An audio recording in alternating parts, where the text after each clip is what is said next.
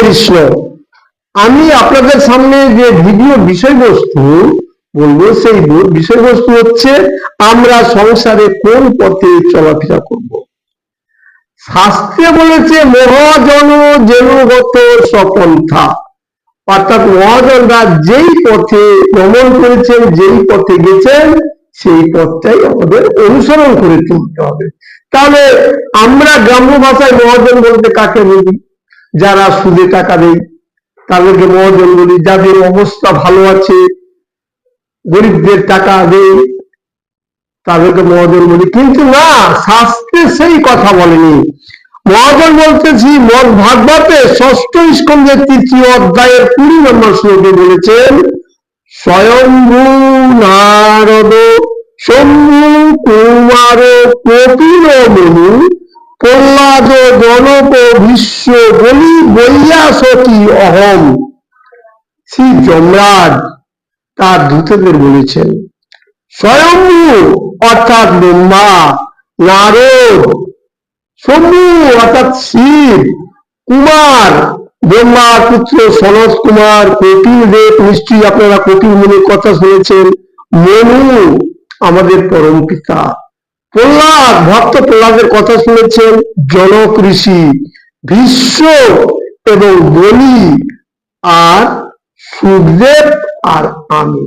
তাহলে যমরাজ নিজেও কিন্তু একটা বৈষ্ণব।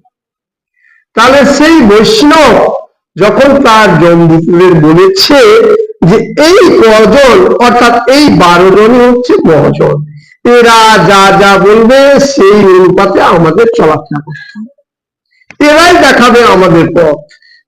তাই আমাদের যে কথাটা বলা হয়েছে সংস্কৃত কথা, মহাজন জনগত সফলতা, সেই কথার উত্তরটা হচ্ছে মহাজন যে পথে গমন করেন সেই পথটাই ধরে চলতে হবে।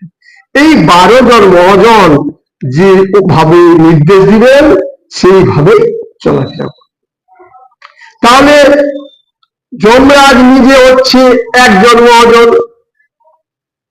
সেই যমরাজ কি বলেছিলেন?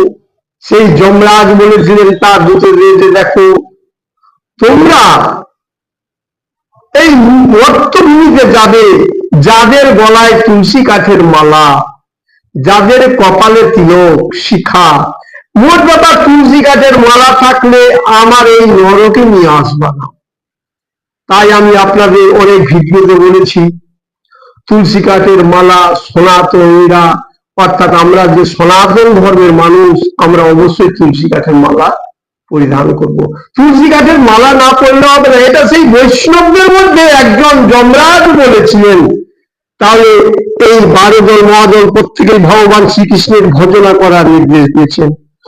জীব সৃষ্টিকর্তা ব্রহ্মা ব্রহ্ম সংহিতায় উল্লেখ করেছেন ঈশ্বর পরম কৃষ্ণ সচ্চিদানন্দ বিগ্রহ অনাদির আদি গোবিন্দ সর্বকারণ কারণ। ঈশ্বরই হচ্ছে আসল জিনিস, ভগবান স্বয়ং শ্রীকৃষ্ণই আসল জিনিস। ভগবান স্বয়ং শ্রীকৃষ্ণের আরাধনা করাই হচ্ছে এই মহাজনের পথ। হরে কৃষ্ণ।